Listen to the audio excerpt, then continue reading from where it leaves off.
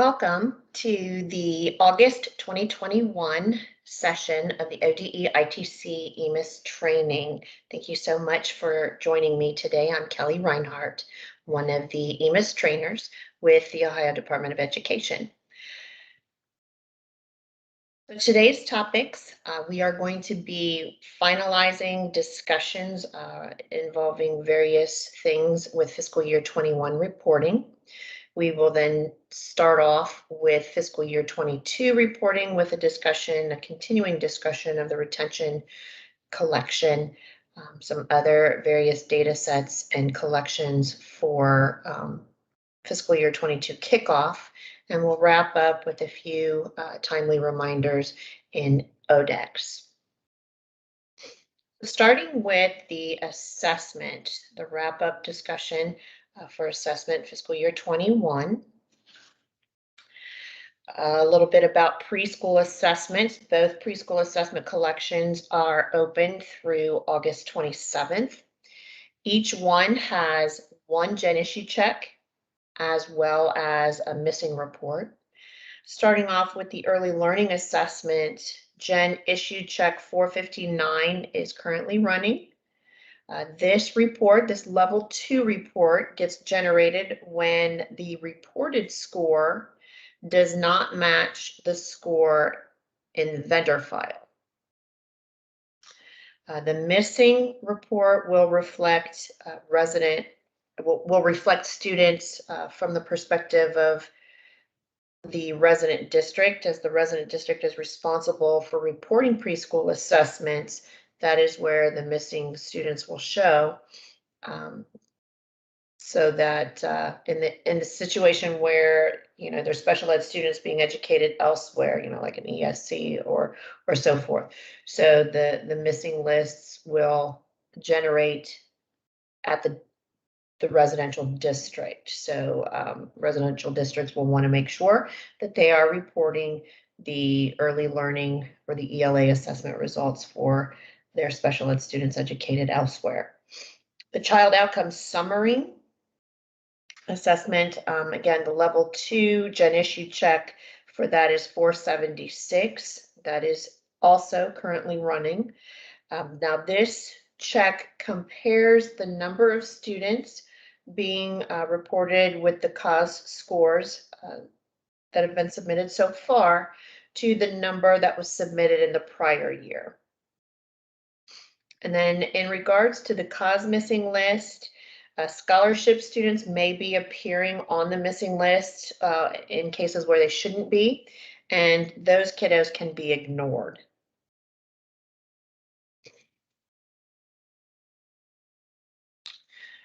Moving on to the alternate assessment collection. Now the vendor files for both the spring 2020 and the spring 2021 administrations have been received by districts. So you should be about the business of reporting those results. The collection is open through September 17th. And that should be more than adequate time to get the results reported. The crosswalk is here. We have talked about that in several previous presentations, waiting upon its availability, but it is here. It's posted on the alternate assessment webpage. We've provided a link within the presentation here as well.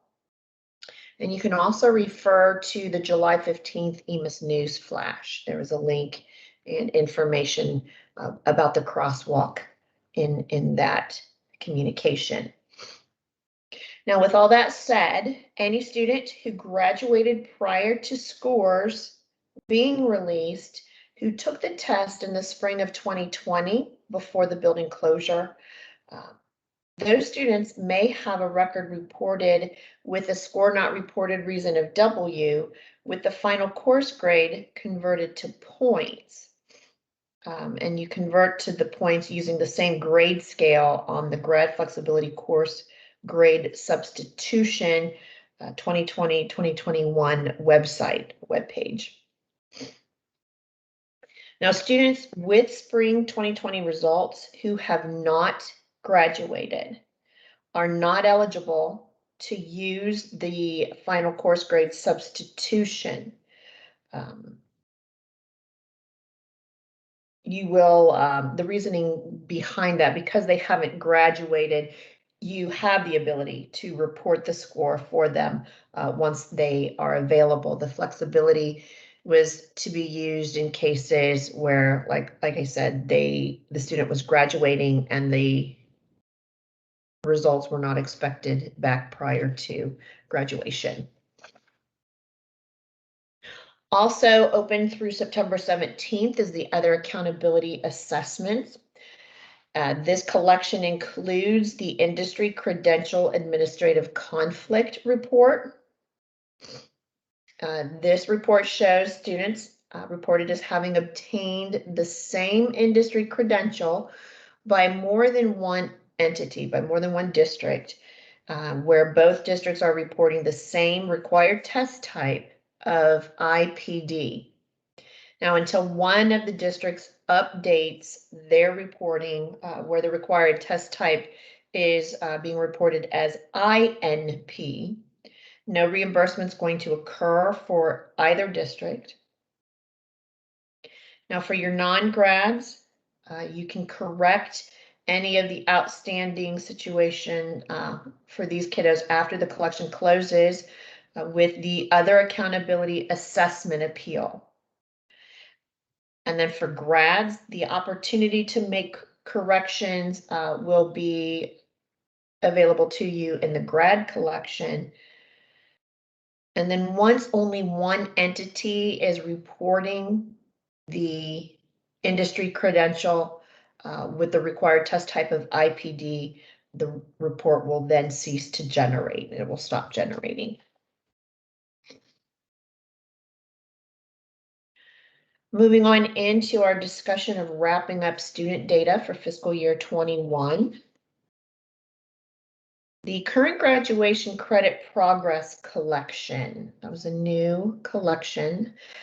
This will be running through September 17th. So again, plenty of time to ensure that your district's data is being included. This is the final reminder to submit your student graduation course summary or your GC record data as completely as possible. This is reported for any student in any grade level in courses earning high school credit. This collection, one of the purposes is in preparation for the progress toward graduation module implementation that is expected at the beginning of this year in ODEX. And then once fiscal year 21 closes on the 17th, fiscal year 22 current graduation credit progress collection will open September 20th. That is an earlier date than this collection opened last year. So that was a very brief section on staff data, or excuse me, on student data. We're now moving into staff and course data. So just a little bit to help you wrap up your reporting for last year or for fiscal year 21. Starting with the student course grade collection, this too, very similar to the current graduation credit progress collection, is open through September 17th. Again, allows you plenty of time to ensure that your district's data is included in your reporting.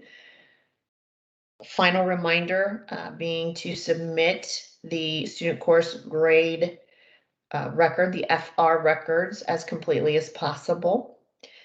This would be reported for all course grades earned during the whole year. And again, this collection in part is being utilized in preparation for the progress toward graduation module. Again, the implementation is expected this year, early this year. And then again, when the fiscal year 21 collection closes on September 17th, the fiscal year 22 collection will open September 20th. And this too will be earlier than last year's opening. Some key things to bear in mind when reporting the student course grade records. We get lots of questions in the help desk. So the next couple of slides are meant to help clarify and address some of the questions or share some of the answers to questions that we've received. Now, one of the questions that we have received in help desk is a duplication of level 1 errors. So to avoid that, remember that the grade status is not used to define a unique record. As you can see in the first bullet on the slide here, that those elements that define a unique record are the EMIS ID, the local classroom code, and the term. So the grade status is not part of that. So if you are reporting, for example, 2 semester 2 grades, even though they may have a different grade status, they are still going to be flagged as duplicate records. Now the grades or this record is supposed to be reported by the entity that is reporting the course master and the student course records. So in shared situations, shared student situations, that's going to be the educating entity or the educating district. For joint vocational schools providing satellite courses, the JVS would be reporting that. And for educational service center preschool students, the ESC reports the grade, the course grade records. Now, entities would want to work together, as we normally advise in cases of shared student, to make sure that the entity that's responsible for reporting has the information necessary to be able to report that. Now, grades that are awarded for any courses that offer high school credit are what's required to be reported at this point in time. And that includes credit recovery and online courses as well. Now, like I said, it's required reporting for courses earning high school credit, but it's optional for other courses that do not offer high school credit. So that's why we shared the example of the Educational Service Center preschool student. In cases where districts are wanting to report that information, just kind of sharing who would be responsible to report that. Continuing on with a few more key points, any school-age students being educated by an ESC should have the grades reported by the resident district. Again, that's school-aged kiddos that are being educated by an ESC. Again, resident district typically reports those kiddos, so they would also be responsible for reporting the student course grade record for them as well. Now, the grade options for reporting the record are letter grades.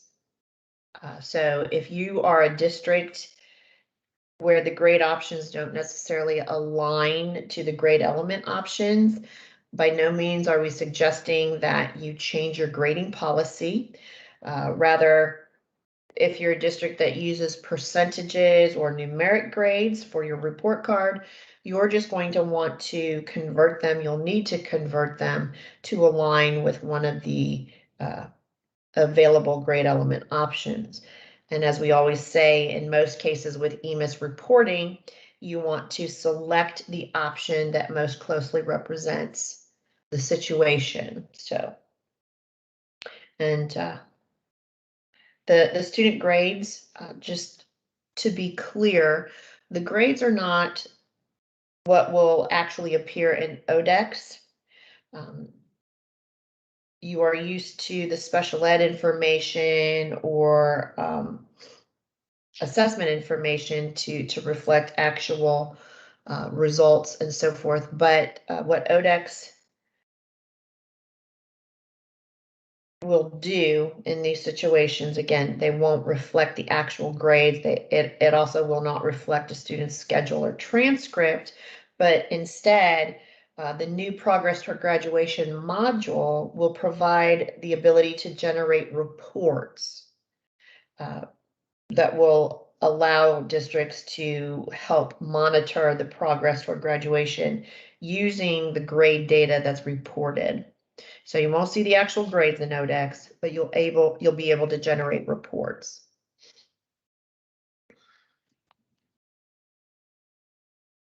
Next up in our discussion today, to wrap up fiscal year 21 reporting, would be to continue our discussion on fiscal year 21 graduation.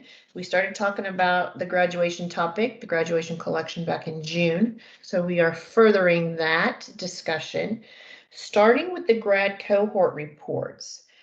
Now, the grad cohort reports will be handled in the same fashion as they were last year. So there's no changes to show students who are graduating with the flexibility, just like last year. The reports did not reflect students using flexibility because there's no code for districts to report that information. Therefore, there'd be no way to reflect that data back to you in the reports. It's not collected initially. So at this point in time, of course, student reporting is closed. Any remaining cohort assignment issues that you may be seeing in the grad cohort reports, of course, you won't be able to correct those situations with your normal student data reporting, with your regular reporting, because the student collections for fiscal year 21 are closed, as well as the appeals window for student data that is closed too. So that doesn't mean all hope is lost. You still have the opportunity to correct a student who may have been misassigned to a cohort with the graduate cohort appeals. That appeal window opens in October, so you still have time to make any corrections to misreported kiddos or misassigned kiddos. Couple other level 2 reports to talk about. The grad issues report that also is generated, and again, that is being generated with no change to how it has been generated in previous years.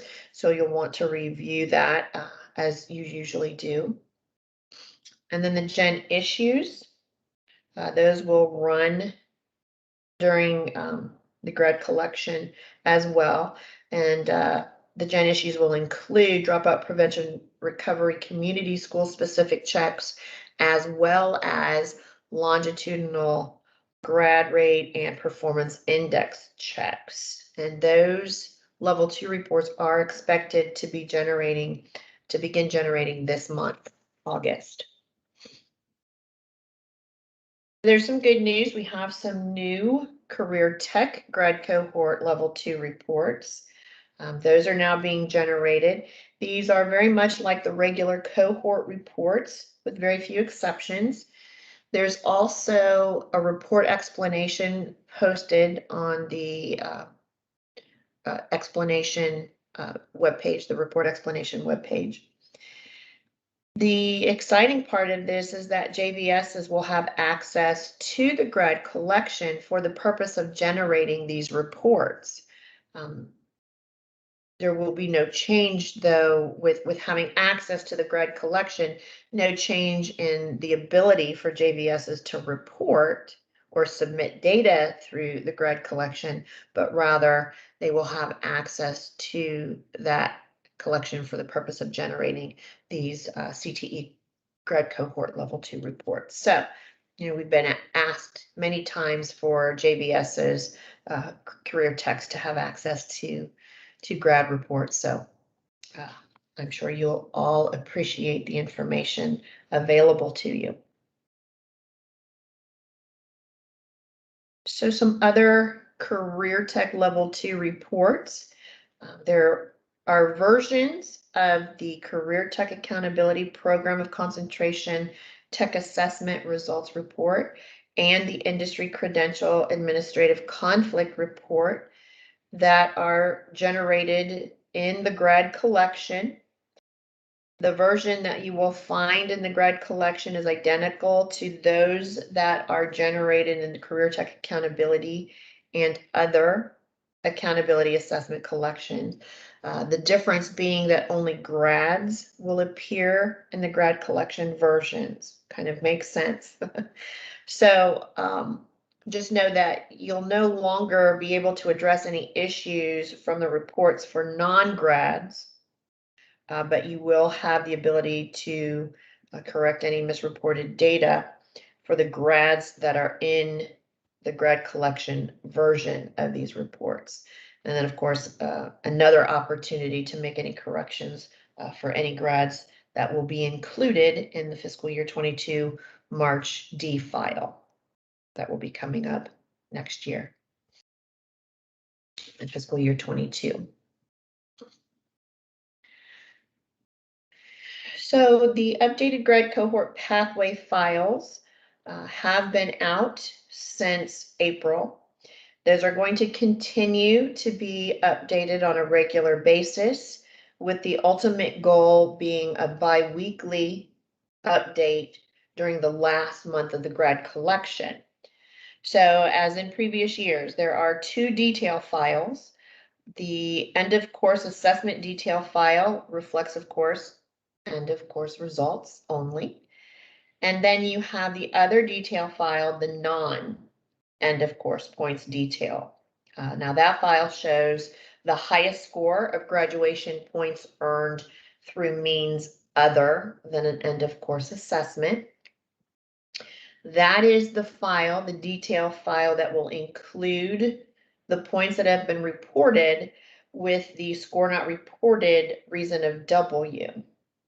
Okay, so if you want to verify your reporting there, for those students reported with the final course grade substitution, it will be the non-end of course points detail file.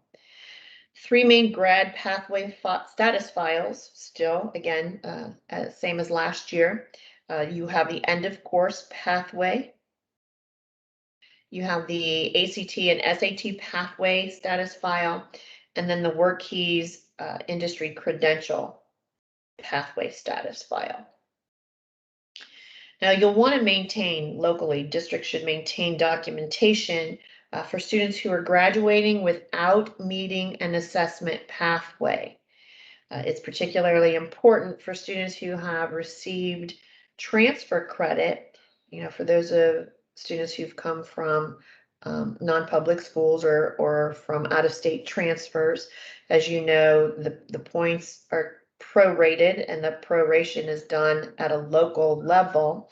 ODE does not calculate the end of course pathway points for those students. So you need to maintain the proper documentation so that you can verify why you've reported as you have.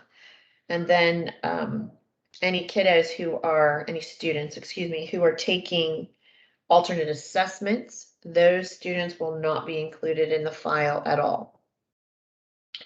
So again, you'll want to review these files to make sure that there are no students appearing as not meeting a pathway due to missing assessment results. So it'll be your last opportunity during the grad collection to report missing assessment results for grads, aside from the appeals window. And speaking of which, that is the next topic in our wrap-up discussion of fiscal year 21. That's the appeals. Now, last round in June, we talked a lot about the appeals that would be happening in July and August. So we wanted to kind of continue that discussion, focusing on those that are going to be taking place between this round of training and the next time we're together. The financial appeal, that will be opening September 1st and runs through September 24th. And then there are 2 assessment appeals during September. The alternate assessment and the other accountability assessment appeals. Those both open the 20th of September and run through the 24th. So that is a very short window. So we wanted to draw your attention to that. Be a very quick turnaround for those appeal windows. Now you can review, or we would advise that you review the data appeals webpage for details on any and all of the upcoming appeals. Excuse me. And then just a couple more things to talk about in wrapping up our discussion of fiscal year 21 reporting. Starting with a new career tech related received file. This file was released July 16th. It is the 2021 Career Tech Current Year Concentrators received file. There is a file description posted on the file description webpage, so you'll want to review that. Now, this report will include a list of concentrators that are going to factor into current year accountability calculations. The data that's used for this file includes calendar data, program of concentration data, and course data. Now, depending on the issue that you may see in this file, in this report, corrections may be able to be addressed through an appeal. So some data that can be addressed through the appeal would be calendar related data or staff and course related data. The calendar appeals window is August 9th through August 18th, and the staff and course appeal is August 9th through August 20th. So that leaves the program of concentration data. Of course, there's nothing to be done as the student collections for fiscal year 21 are closed, and so is the student data appeal.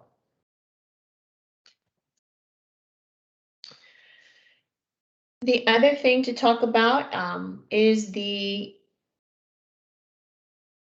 combined version of fiscal year 21 EMIS manual. The complete version of fiscal year 21 manual has been posted on our website, and you can get to it with the documentation quick links. And I'm actually going to just walk you through that if you would bear with me while I switch my screen. From the EMIS web page, you scroll down under EMIS documentation, you will see the documentation quick link that I just said. Click on that. And then on the left-hand side of the screen here, under the quick links with in the red box, you will see EMIS documentation archives. If you click on that, you will see another link again under the quick links on the left-hand side, previous EMIS manuals. Click on that, and it's going to take you to all the previous EMIS manuals. But you don't have to scroll down too far. What you'll see in this top section here is ODE EMIS manuals combined. Click on that link. That will jump you down that page to the fiscal year 21 EMIS manual. And then again, if you click on that link, it's going to open up a very large document. As you can see, there are over 800 pages. So these are all of fiscal year 21 EMIS manual sections combined into one document. And the purpose of this document is to help you find all information about particular elements, certain options, or topics across all the sections. So the other thing to note here, you scroll down to the second page, and I'm going to try and do this slowly, so bear with me. You know, the contents and purpose of this document is stated on the second page. So again, this is to be used for as a resource to finding all information across all the EMIS manual sections for particular topics or particular items. By no means would this be the document to refer to in regards to current reporting guidance for that, you would want to, of course, because we are in fiscal year 22, you would want to refer to the various fiscal year 2 versions of the various sections of the manual. But I know as a former EMIS coordinator, I always appreciated the combined documents. It just made, looking up particular things a little bit easier. So bear with me here while I get back into the presentation. So that completes the discussion with fiscal year 21. So we are going to go ahead and jump into fiscal year 22. And again, the retention grade 3 only collection, we started this discussion back in June, and we just want to continue and complete this discussion as the collection will be closing September 10th prior to our next training session. So we'll start off with a general reminder that retention reporting should include all your third grade students who finished the fiscal year 21 school year at your district. You'll want to be sure that you are also including students who may have withdrawn on the last day of school, fiscal year 21 school, and then as well as include students who may have withdrawn over the summer. You are showing their retention or promotion status as of the beginning of the fiscal year 22 school year. Now, you'll want to adhere to regular reporting guidance by reporting the most applicable retained status option. So for a third grade student who did not achieve a promotion score on any of the administrations of the third grade test, but would have been promoted if they qualified for one of the exemptions, you are going to want to report the appropriate retained status option for whichever exemption they met the criteria for. So the exemption options are retained status options D through G. And then if you have a student who achieved adequate performance on one of the alternative assessment, third grade reading guarantee alternative assessments, you would want to be sure to report the appropriate retained status option reflecting which alternative assessment they met that threshold for. And for the alternative assessments, the various ones, it's retained status options J through N. Now, those should be reported regardless of the House Bill 409 flexibility. So, again, if they didn't meet the third grade promotion score, but they met either exemptions or the threshold on an alternative assessment, that should be reported prior to reporting the House Bill 409 flexibility. So we'll just talk about the appropriate use of the retained status option of an asterisk for what that should, when that should be reported. Of course, the regular purpose of the asterisk is for third grade students who met that third grade English Language Arts assessment promotion score. So if someone met that promotion score on any of the administrations of the assessment, whether it was fall, spring, or summer, if they met the promotion score or the reading sub-score, you report that student with an asterisk. Now, the asterisk should not be reported for a student who achieved the promotion score on an alternative assessment or who actually qualified for one of those exemptions. Just like I discussed on slide 26, you want to be sure that in those cases, you are reporting something other than the asterisk and you are reporting the appropriate exemption option or alternative assessment option. So in other words, again, House Bill 409 flexibility should only apply to those students who are being promoted but not meeting any other promotion criteria. The special COVID section of the EMIS manual has been updated to include the House Bill 409 flexibility guidance for reporting the retained status option. That was updated with EMIS change 22-27. Now, with all this being said, it is still possible that a third grade student could be retained regardless of the 409, the House Bill 409 flexibility. Students can still be retained in cases where the principal and the teacher agree that, the student just is not prepared or ready for grade 4. In those situations, you would report retained status option 1. Now, if a student got a promotion score on one of the third grade reading guarantee alternative assessments, but is being retained for another reason, not related to TGRG, those students would be reported with a retained status option of 5. And then, like we said, you should be reporting or including your students who you educated last year, but also include students who may have withdrawn the last day of school or over the summer. So in cases for those kiddos, those students who withdrew the last day of school or over the summer and are not currently enrolled in the new school year, but had they been enrolled with you in the current school year and would have continued to be retained, those students would be reported with a retained status option of H.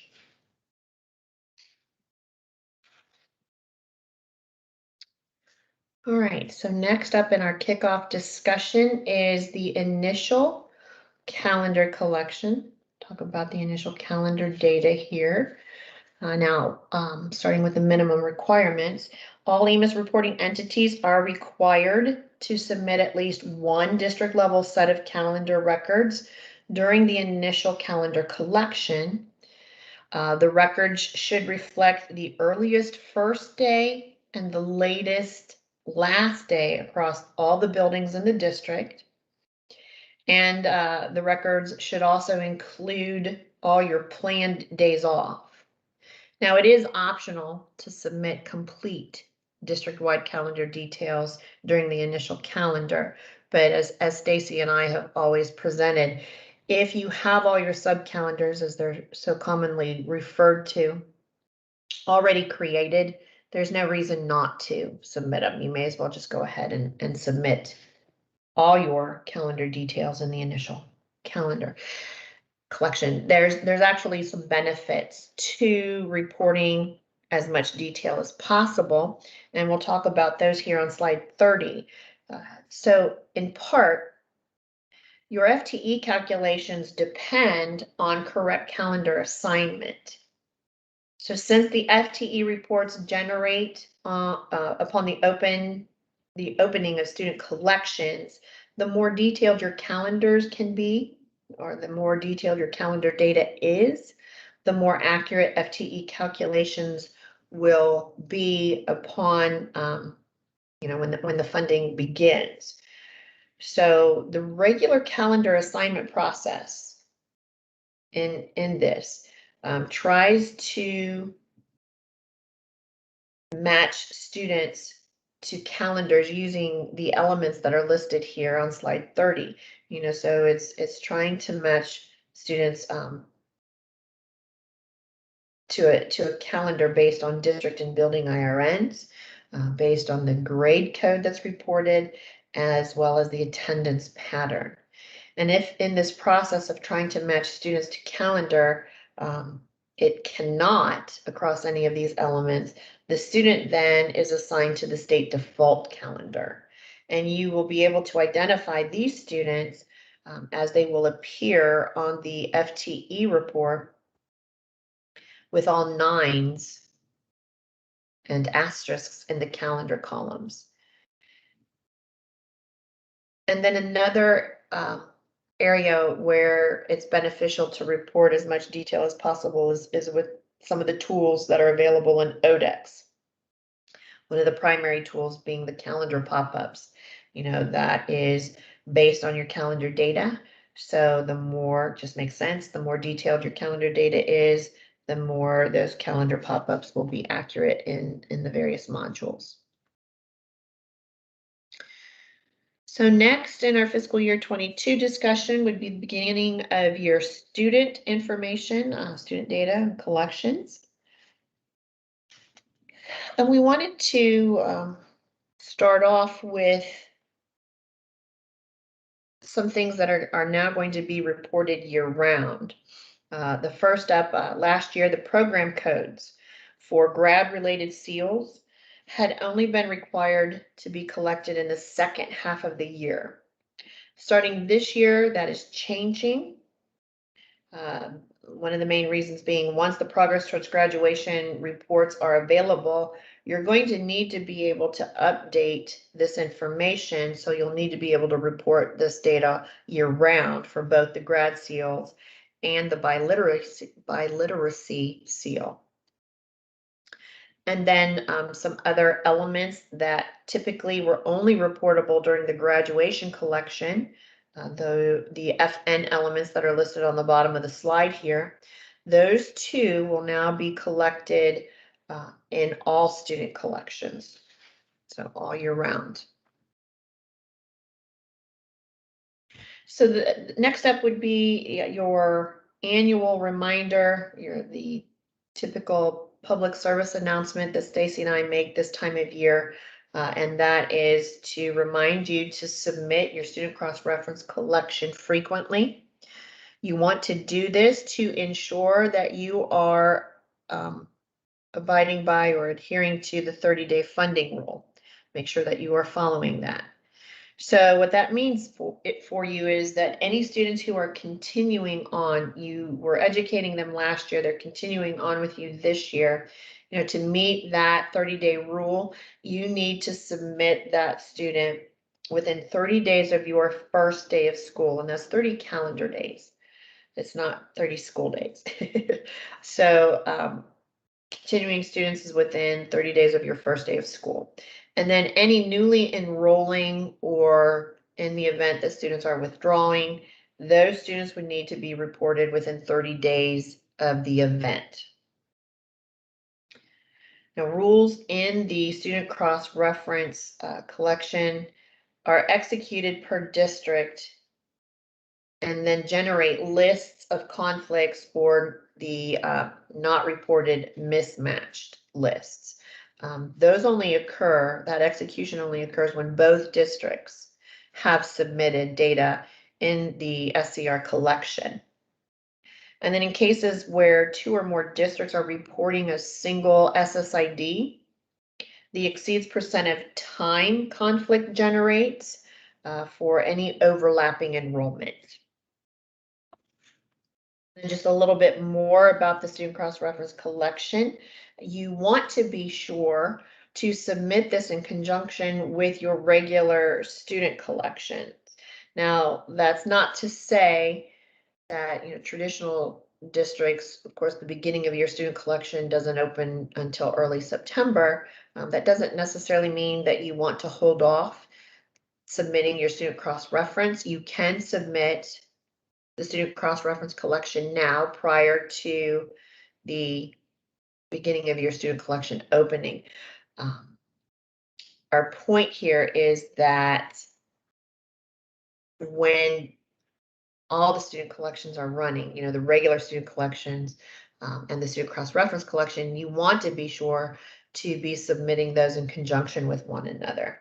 And the reason it's so important, if you're a district that likes to reconcile your FTE level 2 reports with the student cross-reference module in ODEX, you'll want to be sure that the same data has been submitted in both collections. And then it will also ensure other areas within ODEX are as up to date as possible, like the history module, and then the additional data table that's also available in ODEX. You want to make sure that the regular student collection and the student cross-reference collection, the data matches. Another thing that we see typically this time of year is at the beginning of the year is when districts just stop reporting a student. Perhaps they realized they reported a student and they had withdrawn them last year. So you're thinking, oh, I shouldn't have reported that. So you just stop reporting. Well, you can't do that. Once you submit a student in the student cross-reference collection, you need to continue to report them. Obviously you'll need to correct your reporting, but you can't just, I think the common term is whack them out of your collection, whack them out of your data. You need to continue to report them in cases where you've already submitted that information. Now, recently, the enacted state budget includes the significant changes to calculations of payment of state foundation funding. One of the big changes with that is the move to fund community schools and STEM districts directly. So for community and STEM districts, this is even more reason for you to be sure that you are submitting complete and accurate data in anticipation of the data pull for the first payment for this year.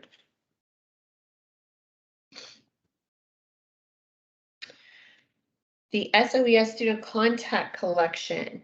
Now this collection is utilized by community and STEM districts for getting contact and address information into SOES, into the SOES module to go with the other student detail information. Now this collection also opens August 2nd.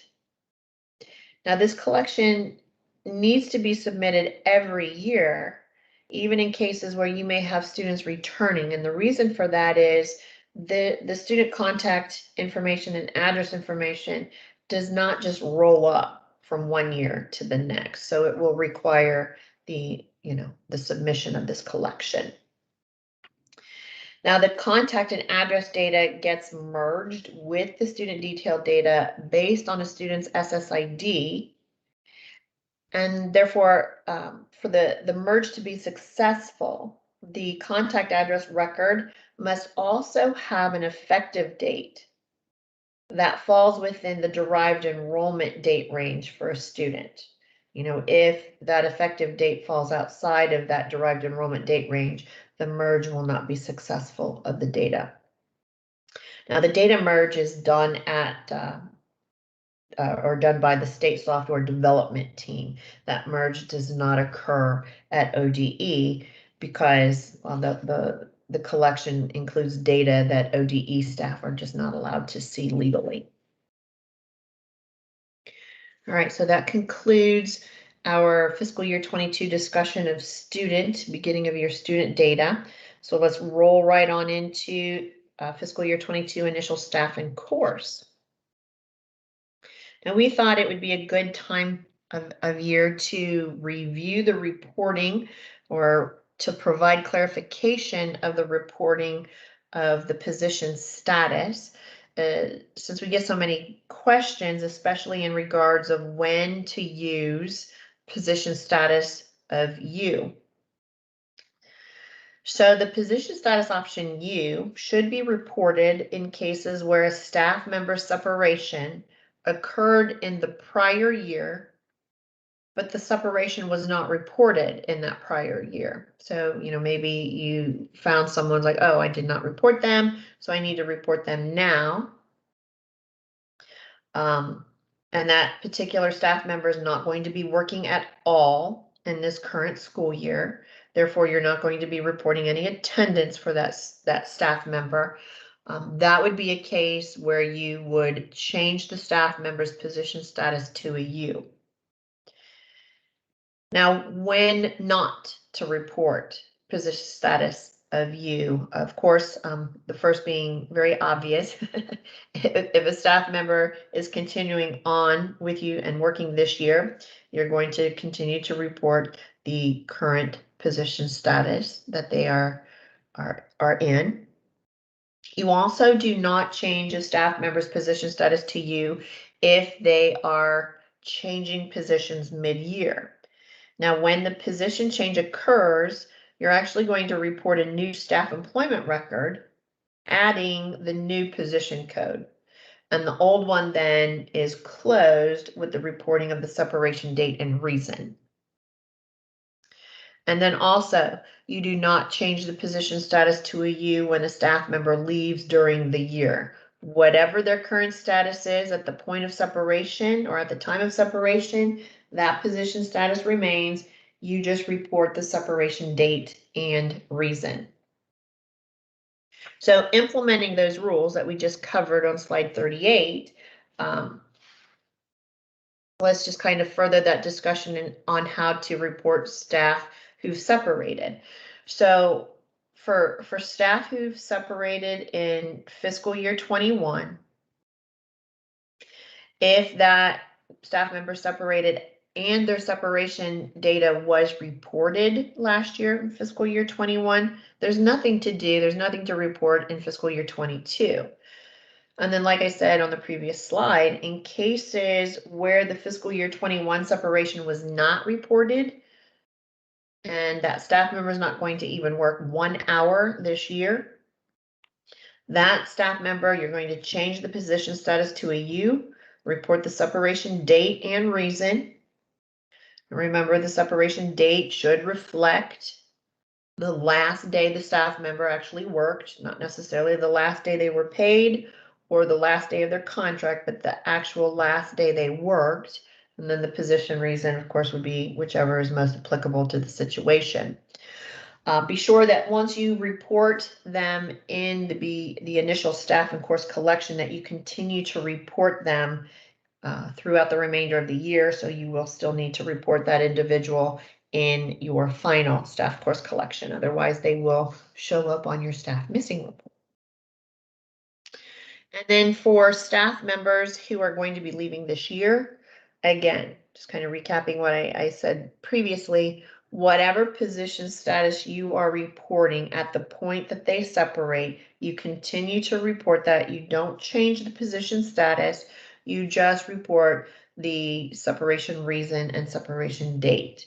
And again, make sure you continue to report that staff member for the remainder of the year.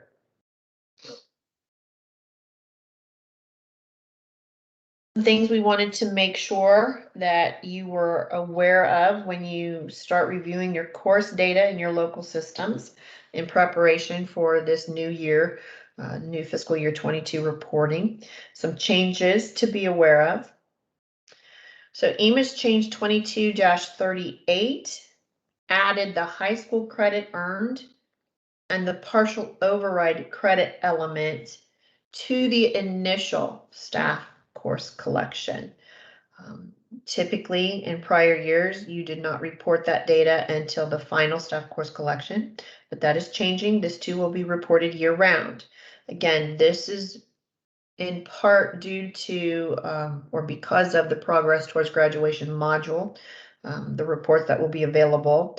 You need to be able to update this data. So it's also for the purpose of determining career tech course completion earlier. Now the manual, EMIS manual's already been updated with this change. The technical updates will occur with the September #2 release. Also been a couple of changes to note regarding subject codes. The first is that there have been updates to the computer science subject codes, not only in the EMIS manual section 4.7, but also in licensure checks. That's with EMIS change 22-45. And then the other change is the data science foundation subject code, where that was added to the math section of EMIS manual section 4.7, and that's with change 28. Excuse me. Now, EMIS change 22-3, this is just the usual annual updates to the career tech matrix. There have been some subject codes removed, and then there have just been some other updates to programs of concentration. So just the usual stuff, nothing monumental to note there. And then just a few things to talk about in ODEX, and kind of just Apropos for this time of year, we wanted to be sure to include how important it is to be reviewing conflicts in the student cross-reference module in ODEX. Those should be reviewed on an ongoing basis throughout the year and always be working towards resolution wherever possible. Now, conflicts are expected to begin generating this month, so be looking for those. Remember, these are conflicts. We often hear them referred to as errors, and it's not necessarily the case. They're just conflicts.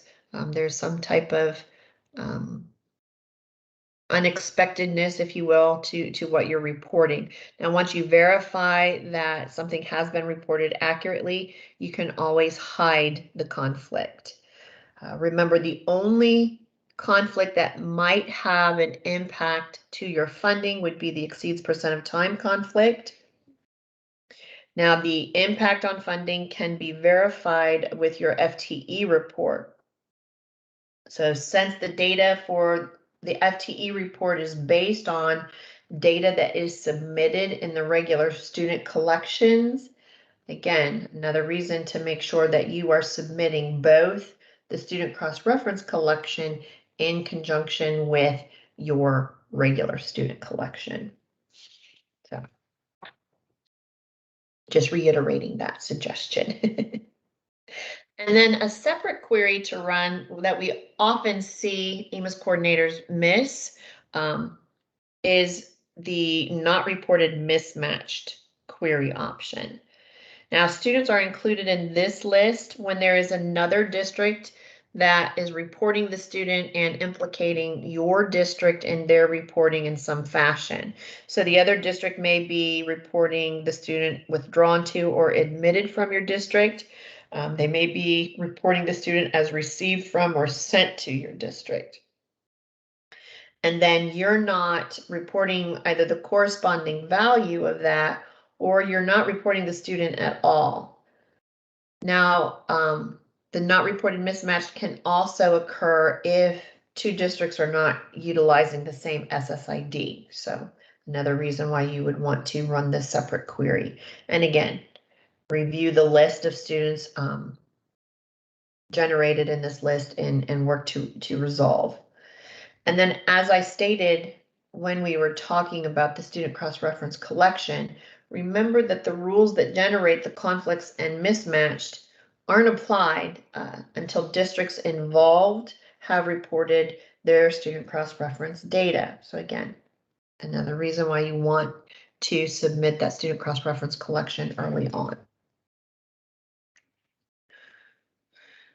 Okay, and that concludes the content of today's presentation. You may be thinking that, wow, that was a little bit shorter and less content involved, and that was on purpose by design. We are very aware of how busy August typically is for you. So, you know, with the startup of the new school year and all the new reporting and trying to wrap up last year's reporting, as well as we also have some new EMIS coordinator trainings going on. We wanted to be sure to be conscientious and respectful of your time. So that concludes today's presentation. Thank you again so much for participating and reviewing this recording. I look forward to seeing you in late September when we have our next round of ODE ITC EMIS trainings. Thank you and good luck. I hope the start of your school year is as painless as possible. Thank you so much. Bye-bye.